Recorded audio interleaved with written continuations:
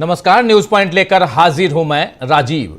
दोस्तों, ईरान को पाषाण युग यानी स्टोन एज में पहुंचाने की धमकी देने वाले डोनाल्ड ट्रंप इस लड़ाई में कितनी बुरी तरह फंस चुके हैं, इसकी नई मिसाल सामने आई है।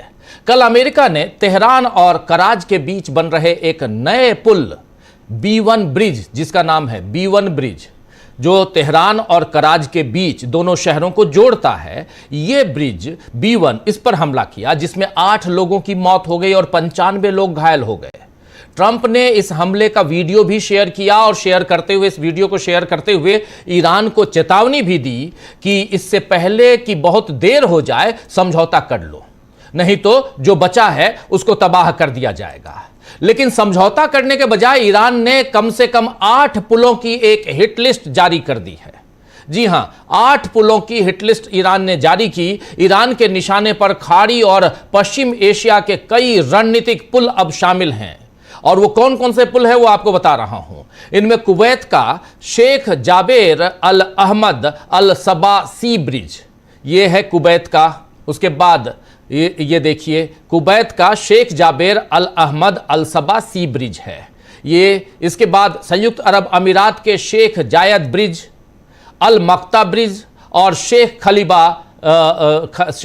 खलीफा ब्रिज, ये है संयुक्त अरब अमीरात का। इसके बाद सऊदी अरब और बहरीन, इन दोनों जगहों को को जोड़ने वाला, दोनों देशों को जोड़ने वाला किंग फहद काजवे और जॉर्डन का किंग हुसैन ब्रिज, दमिया ब्रिज और अब्दौन ब्रिज, ये भी शामिल है। जॉर्डन का किंग हुसैन ब्रिज, दमिया ब्रिज और अब्दौन ब्रिज, ये शामिल है। आप देख लीजिए ईरान की हिट लिस्ट वाले पुल, और यहां पर ये जो पुल है इसमें कुवैत है, UAE है, सऊदी अरब और बहरीन को जोड़ने वाला, और उसके बाद जॉर्डन के, ये तमाम 8 पुलों की हिट लिस्ट ईरान ने जारी की। इन सभी पुलों को क्षेत्रीय कनेक्टिविटी और सैन्य लॉजिस्टिक्स के लिहाज से बेहद अहम माना जाता है। ऐसे में इन ब्रिज, ये जो ब्रिज हैं, ये जो पुल हैं, इन पर किसी भी तरह का हमला पूरे क्षेत्र में भारी तबाही ला सकता है।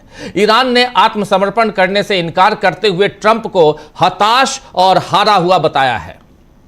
ईरान ने, ट्रंप हताश हैं, हारे हुए हैं। ईरान के विदेश मंत्री अब्बास अरागची ने कहा है कि नागरिक ढांचों पर हमले से ईरान झुकेगा नहीं। आप जो कर रहे हैं और सोच रहे हैं कि इससे हम झुक जाएंगे, ये नहीं होने वाला। इधर ट्रंप को एक और बड़ा धक्का, एक और बड़ा झटका ईरान से मिला है।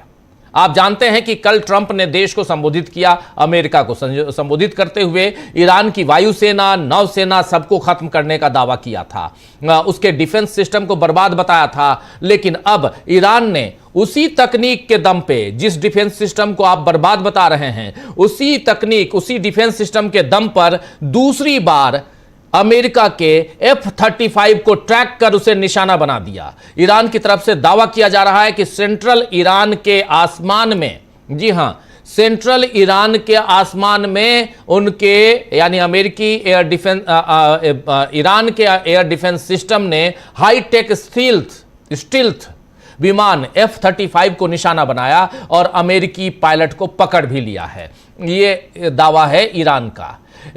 अभी से थोड़ी देर पहले एक दावा और आया है कि ईरान ने F-15E को भी गिरा दिया है। उसके मलबे और वह सब भी विजुअल्स दिखाए जा रहे हैं। ईरान के खातम अल अनबिया सेंट्रल हेडक्वार्टर, यानी जो IRGC का सेंट्रल हेडक्वार्टर है, उसने इस ऑपरेशन की जिम्मेदारी लेते हुए कहा है कि उनके सिस्टम ने बेहद सटीक तरीके से इस जेट को ट्रैक किया और फिर उसे तबाह कर दिया। इसके अलावा खाड़ी देशों पर अब ईरान जिस तरह से हमले कर रहा है, उसमें भी अमेरिका के पास उनका बचाव करना मुश्किल हो जाएगा। ईरान ने आज कुवैत में पानी के स्रोत पर हमला किया। कुवैत के बिजली और पानी मंत्रालय ने कहा है कि एक डिसैलिनेशन, जी हां, यहां देखिए कुवैत, अबू धाबी और बहरीन, ये 3 बहुत इंपॉर्टेंट है और तीनों जगह देखिए कहां कहां क्या क्या हुआ है। कुवैत के बिजली और पानी मंत्रालय ने कहा है कि एक डिसैलिनेशन प्लांट पर हमला हुआ है, ये कुवैत में। उसके बाद ये वही प्लांट है जहां से समुद्री पानी को पीने लायक, यानी खारा पानी को पीने लायक बनाया जाता है। और ये बहुत महत्वपूर्ण है। अगर खाड़ी के पानी प्लांट को ईरान ने लगातार हिट करना शुरू कर दिया तो यहां के देश बूंद बूंद पानी को तरस जाएंगे। इधर आइए यूएई यानी यूनाइटेड अरब अमीरात, उसकी राजधानी अबू धाबी, और अबू धाबी में ईरान ने गैस फैसिलिटी संयंत्र पर हमला किया है। गैस फैसिलिटी संयंत्र पर हमला अबू धाबी में, और इसके बारे में अधिकारियों ने बताया है कि एक हमले को हवा में ही रोक दिया गया, जबकि कई हमले थे, और लेकिन उसके बाद गिरे मलबे से हबशन गैस फैसिलिटी में हादसा हो गया। और इसके पहले बहरीन पर भी हमला हुआ। बहरीन में अमेज़न के एक क्लाउड फैसिलिटी पर हमला करने का दावा ईरान ने किया। बहरीन में भी थोड़ा गलत यहाँ उसमें है, गैस फैसिलिटी नहीं बल्कि अमेज़न के क्लाउड फैसिलिटी पर हमला किया गया है, इसको सुधार लीजिए। तो ये हमला किया गया, ये तमाम हमले बता रहे हैं कि खाड़ी देश अमेरिका के कारण फंस चुके हैं। वहीं अमेरिका और इजराइल की जीत के तमाम दावों को अब अमेरिका की एक खुफिया रिपोर्ट ने ही झूठा करार दिया है।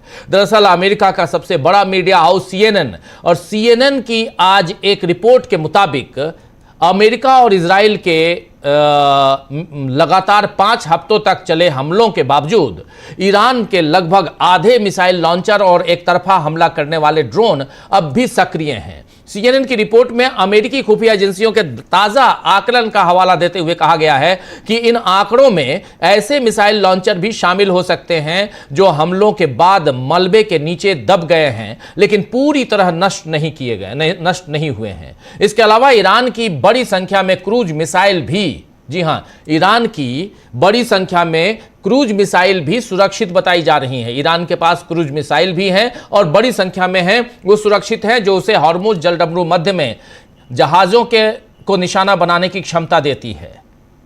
युद्ध को पहले हफ्ते में इजरायली सेना यानी IDF ने दावा किया था। इस युद्ध के पहले हफ्ते में IDF यानी इजरायली डिफेंस फोर्स ने दावा किया था कि उसने ईरान के 75% मिसाइल लॉन्चर नष्ट कर दिए हैं, लेकिन 3 हफ्ते बाद रॉयटर की रिपोर्ट में बताया गया कि अमेरिकी खुफिया एजेंसियां केवल 1/3 मिसाइल भंडार के नष्ट होने की ही पुष्टि कर पाई हैं। यह रॉयटर की रिपोर्ट है, खुफिया एजेंसियों के हवाले से यह रिपोर्ट है, जिसमें 1/3 सिर्फ और सिर्फ 1/3 मिसाइल भंडार के ही नष्ट होने की पुष्टि कर पाई हैं ये एजेंसियां, खुफिया एजेंसियां। वहीं यरूशलेम पोस्ट की रिपोर्ट बताती है, माफी चाहूंगा, यरूशलेम पोस्ट की रिपोर्ट के अनुसार इजराइल डिफेंस फोर्स यानी IDF का कहना है कि ईरान समर्थक संगठन को लेबनान में हथियार मुक्त करना नामुमकिन है। यहां साफ साफ IDF का कहना है कि ईरान समर्थक संगठन को लेबनान में हथियार मुक्त करना नामुमकिन है और इसके लिए पूरे लेबनान में जमीनी युद्ध करना होगा, जमीनी स्तर पर जंग लड़नी होगी। ईरान तो पहले ही कह चुका है कि हमारी क्षमता का आकलन अमेरिका और इजराइल नहीं कर पाए। वहीं अब ईरान के दावों को अमेरिका और इजराइल से आई ये रिपोर्ट्स ही सही ठहरा रही हैं। एक तरफ ईरान जो दावा कर रहा है उसको अमेरिका खारिज कर रहा है, अमेरिकी गवर्नमेंट डोनाल्ड ट्रंप खारिज कर रहे हैं, लेकिन वहां से जो खुफिया रिपोर्ट्स आती हैं, वहां की जो मीडिया रिपोर्ट्स आती हैं, वो ईरान को सही ठहरा रही हैं, न कि अमेरिका को। जब इसके 5 हफ्ते बाद भी ईरान को ये दोनों देश यानी अमेरिका और इजराइल मिलकर झुका नहीं पाए, तो आगे कैसे टिके रहेंगे, ये बड़ा सवाल है। क्योंकि अब इन देशों में न केवल जनता बल्कि प्रशासन के भीतर भी विरोध होने लगा है। ट्रंप का हाल तो ऐसा हो गया है दोस्तों कि ईरान में सत्ता बदलने की कोशिश में उनकी अपनी सत्ता में बदलाव करना पड़ रहा है, वो साफ दिखाई दे रहा है। उनकी सत्ता की कुर्सी जो है वो हिलती हुई नजर आती है, लेकिन ट्रंप ने अटॉर्नी जनरल और आर्मी चीफ को जिस तरह से हटाया है, वो इसी बात का सबूत है कि उनकी सत्ता जो है वो हिलती हुई नजर आती है। कल ही अमेरिकी रक्षा मंत्री पीट हेगसेथ ने army chief of staff Randy George से अपने पद से इस्तीफा देने को कहा।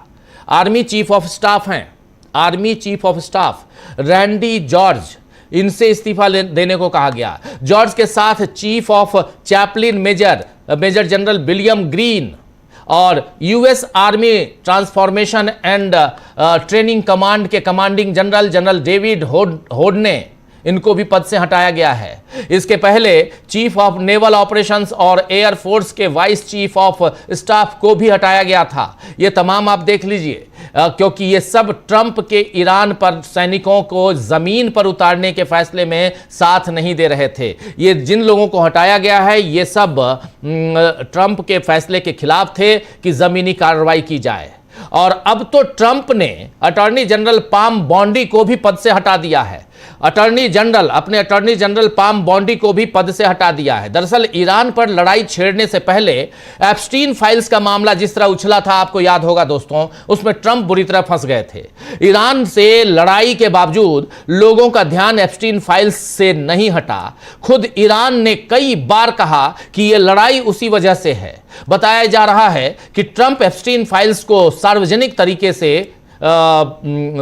करने के तरीके से नाराज थे, जिस ढंग से एप्स्टीन फाइल्स को सार्वजनिक किया गया है, और बॉन्डी अपने राजनीतिक विरोधियों के खिलाफ सख्त कार्रवाई नहीं करवा पाई, इसलिए उन्हें हटाया गया। एपी यानी एसोसिएटेड प्रेस की रिपोर्ट के मुताबिक ट्रंप कई महीनों से बॉन्डी से निराश थे। ट्रंप को, ये एपी की रिपोर्ट है, रिपोर्ट के मुताबिक ट्रंप कई महीनों से बॉन्डी से निराश थे। ट्रंप को लगता था कि बॉन्डी ज्यादा आक्रामक नहीं रही और उनके दुश्मनों के खिलाफ ठोस कदम नहीं उठाए। लेकिन बॉन्डी को हटाने के बाद भी क्या ट्रंप की मुश्किलें आसान होंगी, यह देखना होगा, क्योंकि उनका अपने अधिकारियों से भरोसा उठ रहा है। नेटो सहयोगियों से झगड़ा पहले ही हो चुका है और अब यूएन यानी यूनाइटेड नेशन में भी रूस और चीन के साथ फ्रांस आ गया है।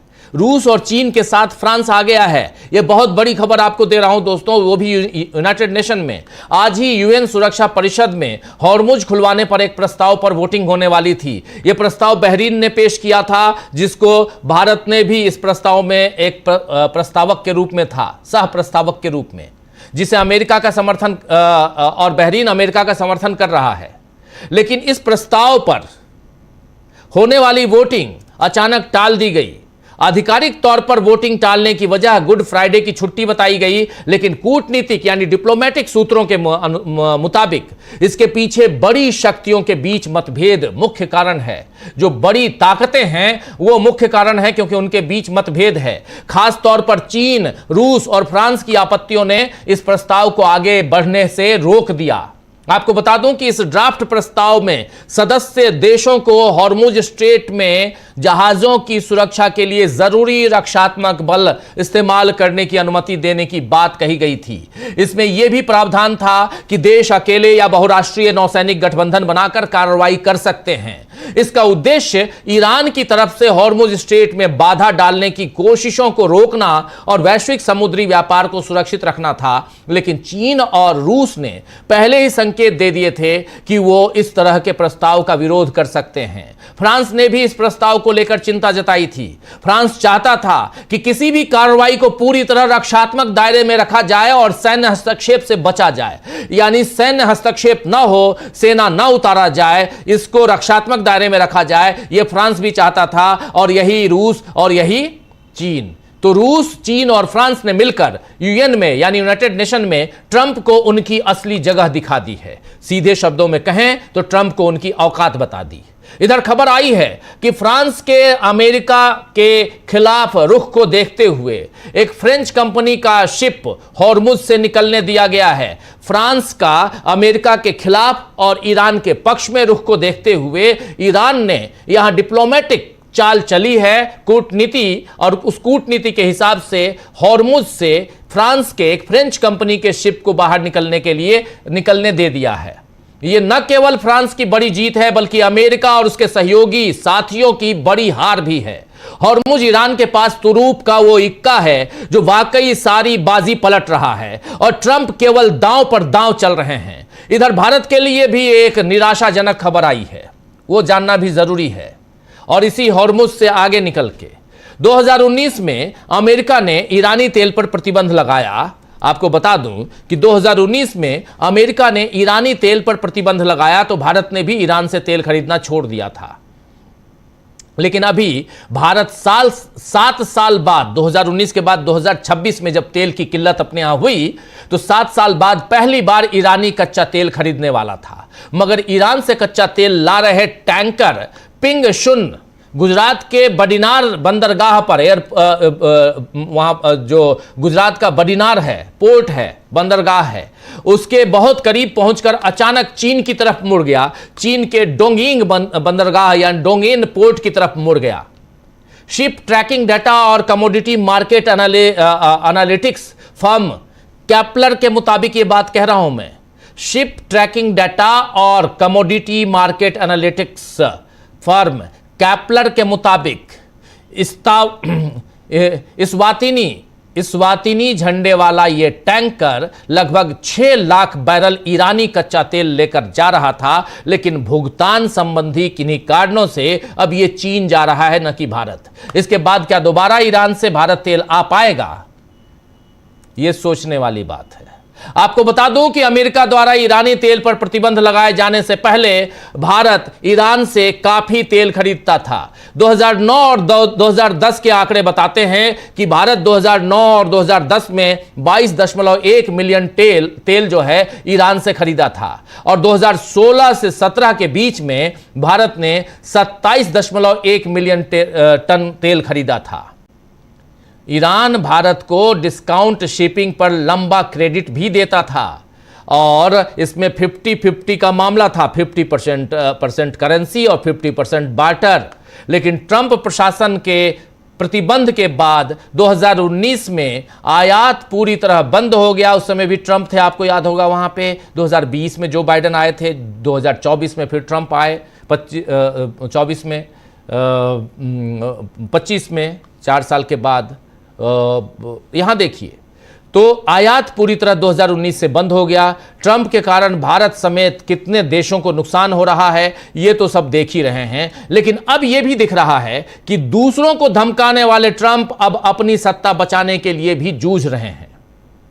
आइए, बहुत कुछ आपके सामने रख चुका हूं, बहुत कुछ। दिन भर जो कुछ हुआ, जो होने जा रहा है, जो हो रहा है। आगे बढ़ते हैं और चर्चा करेंगे कि क्या ईरान की जीत के दिन नजदीक आ गए हैं। क्यों कह रहा हूं, आगे बताऊंगा। अमेरिका में बड़ी बगावत और ईरान के जीत के दिन नजदीक आ गए, जीत के करीब पहुंचा ईरान। जरा ये बहुत इंपॉर्टेंट, ये दोनों सवाल, दोनों बात, और इन सब की के अंदर पढ़ते उधेड़ने के लिए हमारे साथ कुछ वरिष्ठ साथी जुड़े हुए हैं। चलिए उनके पास चलते हैं सीधा और चर्चा को आगे बढ़ाते हैं। जरा स्क्रीन पर हमारे तमाम साथियों को ले आइए।